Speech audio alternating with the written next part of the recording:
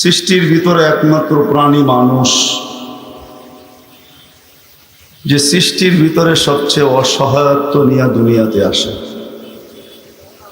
এর মতো অসহায় সৃষ্টির ভিতরে মনে হয় না কোনো প্রাণী অস্তিত্ব নেয়। সবচেয়ে অসহায় মানুষ।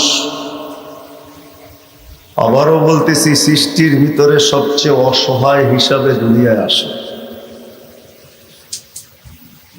যেটার চিত্র আল্লাহ নিজেই তুলে ধরছেন। কুনতা মিসকিনা, মানুষ তুমি বড় অসহায়। কেমন অসহায় চিত্র আল্লাহ তুলে ধরছেন। ফালা লাকা সিন্নুন তাকতা, দাঁত তোমার থাকে না যে তুমি কাটবে। ওয়ালা লাকা লিসানুন তানতিক, জিহ্বা থাকে কিন্তু তোমার বাক শক্তি থাকে না। ওয়ালা লাকা উযুনুন তাসমা, কান থাকে কিন্তু শ্রবণ শক্তির কার্যকারিতা থাকে না। ওয়ালা লাকা আইনুন তানদুর, চক্ষু থাকে কিন্তু দৃষ্টিশক্তির কার্যকারিতা থাকে না। ওয়ালা লাকা আকলুন তুমাইয়িজ, ব্রেন থাকে, মগজ থাকে কিন্তু ভালো মন্দ কি জিনিস জানে না। ওয়ালা লাকা ইয়াদুন তাফতিশ, হাত থাকে কিন্তু ধরার ক্ষমতা থাকে না। ওয়ালা লাকা রিজলুন তামশি, পাও থাকে কিন্তু চলার ক্ষমতা থাকে না। ফাকাত তাতাহাররা, একটু নড়াচড়াই করতে পারে। আমার কথা বুঝে আসে?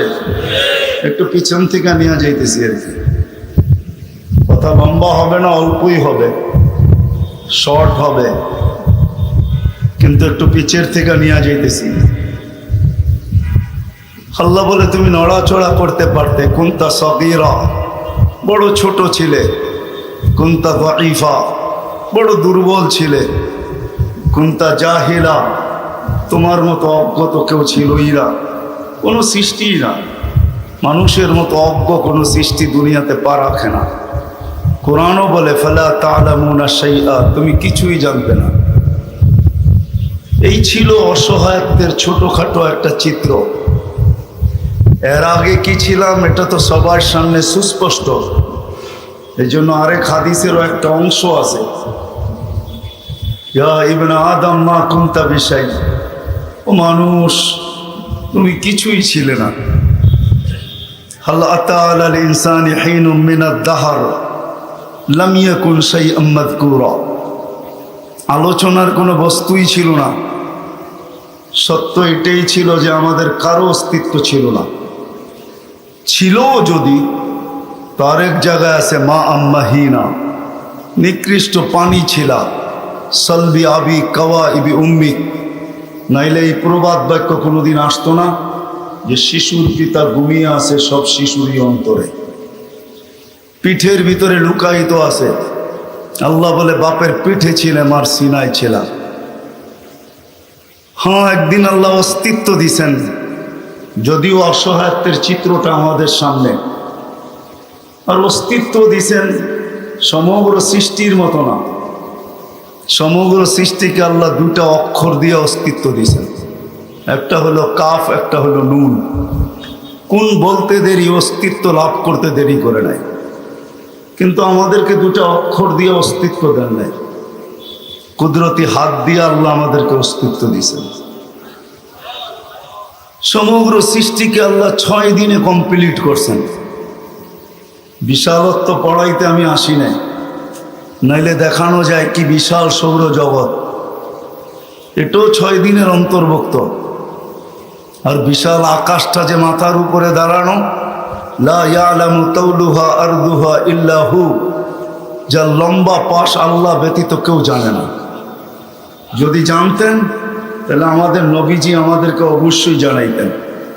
কেননা কোরআনের একটা শব্দ আমাকে এটাই বলে, ওমা হুয়া আলাল গায়বি বিদানিন, আল্লাহর পক্ষ থেকে যা জানছেন ওটা জানানোর ব্যাপারে কৃপণতা করেন নাই। উনি আমাদেরকে জানাইতেন। উনিও জানতেন না আকাশ কতটুকু লম্বা, কতটুকু পাশ, কোনো ফেরেশতাও জানে না।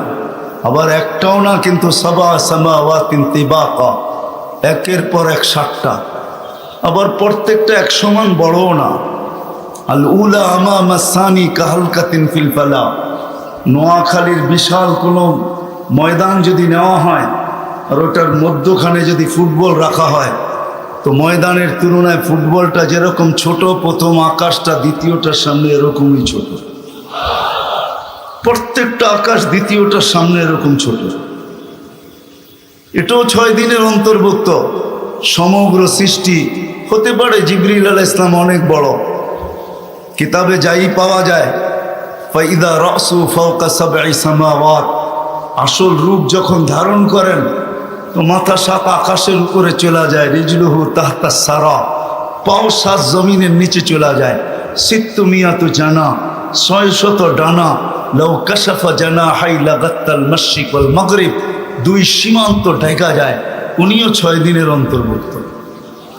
কিন্তু আপনাকে আমাকে 6 দিনে তৈরি করেন, আপনাকে আমাকে কমসে কম 10 মাস সময় নিয়ে তৈরি করছেন।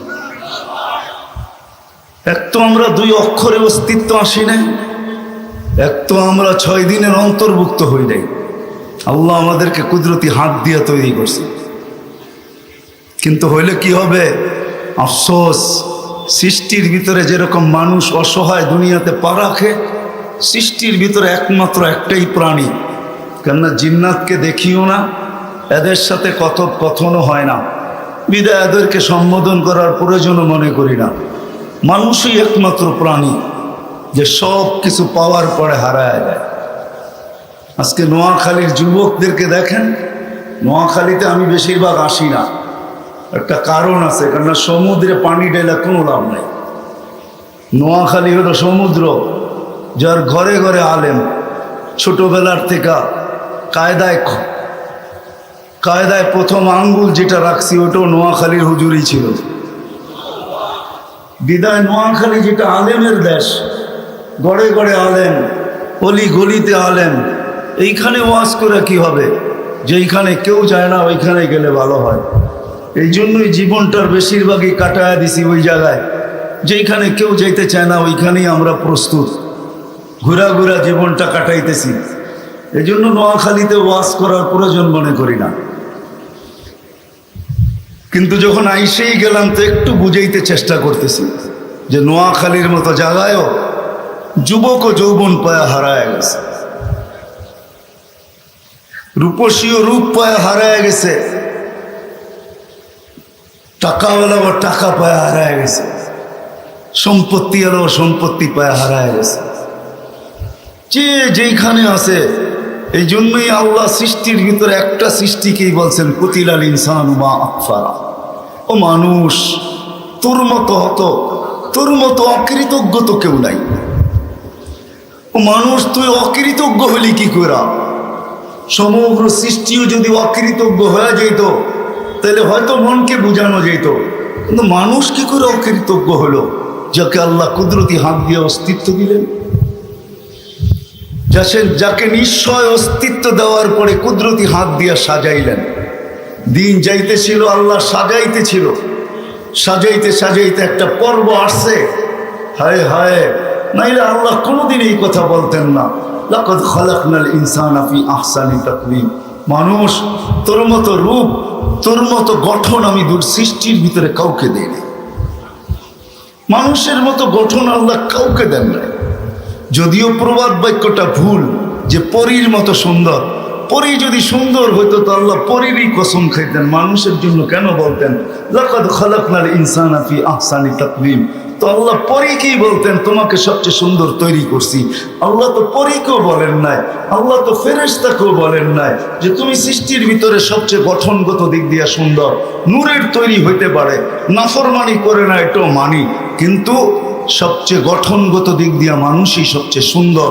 যদি আল্লাহ কুদরতি হাতে না সাজাইতেন তাহলে কোনোদিন আমাদের মাথায় মুকুট আল্লাহ বসাইতেন না। ওয়ালাকাদ কাররামনা বনি আদম, শ্রেষ্ঠত্বের মুকুট আল্লাহ আমাদের মাথায় বসায়া দিয়েছেন। কিন্তু বড় পরিতাপের বিষয়, দুঃখের বিষয়, যে মানুষটাকে আল্লাহ কুদরতি হাত দিয়ে অস্তিত্ব দিলেন, কুদরতি হাত দিয়ে অস্তিত্ব দিলেন, 10 মাস সময় নিলেন, যে মানুষটাকে আল্লাহ মন মতো সাজাইলেন, ওই মানুষটা যখন সব কিছু পাওয়া গেল, যুবক যখন যৌবন পাইল, নারী যখন নারীত্ব পাইল, পুরুষ যখন পুরুষত্ব পাইল, আরে ধনী যখন ধন পাইল, সম্পত্তিওয়ালা যখন সম্পত্তি পাইল, আধিপত্যওয়ালা যখন আধিপত্য পাইল, সর্বশ্রেণীর মানুষ পাওয়ার পরে যেন হারায় গেল। এক তো কাছের সত্তা যে আকরাবু মিন হাবলিল ওয়ারিদ, শাহরগের চেয়েও কাছে, তাকেও চিনি না। যদি বলবেন আল্লাহকে চিনি না, এটার প্রমাণ কি? তা আমি প্রমাণ নিয়ে আসতেছি। আল্লাহকে যদি চিনতাম হই, আল্লাহকে যদি চিনতাম হই, তাহলে যখন আজান হইতো, যখন আজান হয়, বাংলাদেশের কথা বাদেই দিলাম, নোয়াখালী ঘরে ঘরে আলেম, নোয়াখালীর কথাই বলতেছি, প্রত্যেকটা থানার কথাই বলতেছি, চৌমোহনীর কথাই বলতেছি, বেগমগঞ্জের কথাই বলতেছি। যদি আজানের আওয়াজ হইতো, যদি হারায় না যাইতো, তাইলে চৌমোহনী থাইমা যাইত, দোকান বন্ধ হয়ে যাইত, বাজার বন্ধ হয়ে যাইত, অফিস বন্ধ হয়ে যাইত, আদালত বন্ধ হয়ে যাইত, রোডঘাট বন্ধ হয়ে যাইত। যে যেখানেই ছিল ওইখানেই দাঁড়ায়া আল্লাহর ডাকে সাড়া দিয়া চিৎকার দিত, আল্লাহু আকবার। যদি হারায় না যেত, সর্বশ্রেণীর হারায় গেছে, পাওয়ার পরে হারায় গেছে। পরিতাপ আমার এটাই, আর কোনো পরিতাপ নাই। দুঃখ আমার এটাই। কোরআন তো দুঃখ প্রকাশ করলো, আমিও করি কোরআনের সাথে একমত হয়ে। হারায় গেল কি করে? যুবক যৌবন পাওয়ার পরে হারায় গেল কি করে? এডুকেটেড মানুষ এডুকেশন পাওয়ার পরে হারাইলো কি করে? শিক্ষিত মানুষগুলা শিক্ষা পাওয়ার পরে হারাইলো কি করে? দীক্ষিত মানুষগুলা দীক্ষা পাওয়ার পরে হারাইলো কি করে? বিবেকওয়ালা মানুষটা বিবেক পাওয়ার পরে হারাইলো কি করে? বুদ্ধিওয়ালা মানুষটা বুদ্ধি পাওয়ার পরে হারাইলো কি করে? উচিত তো ছিল গাছে ফল আসে তো আরো বেশি ঝুঁকা যাবে।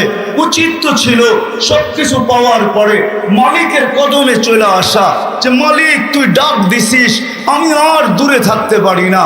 দোকানওয়ালা দোকানে যায় নামাজ বিছাবে, হাটওয়ালা হাটে বিছাবে, বাজারওয়ালা বাজারে বিছাবে, ক্ষেতওয়ালা ক্ষেতে বিছাবে, খামারওয়ালা খামারে বিছাবে, মেইলওয়ালা মেইলে বিছাবে, ফ্যাক্টরিওয়ালা ফ্যাক্টরিতে বিছাবে।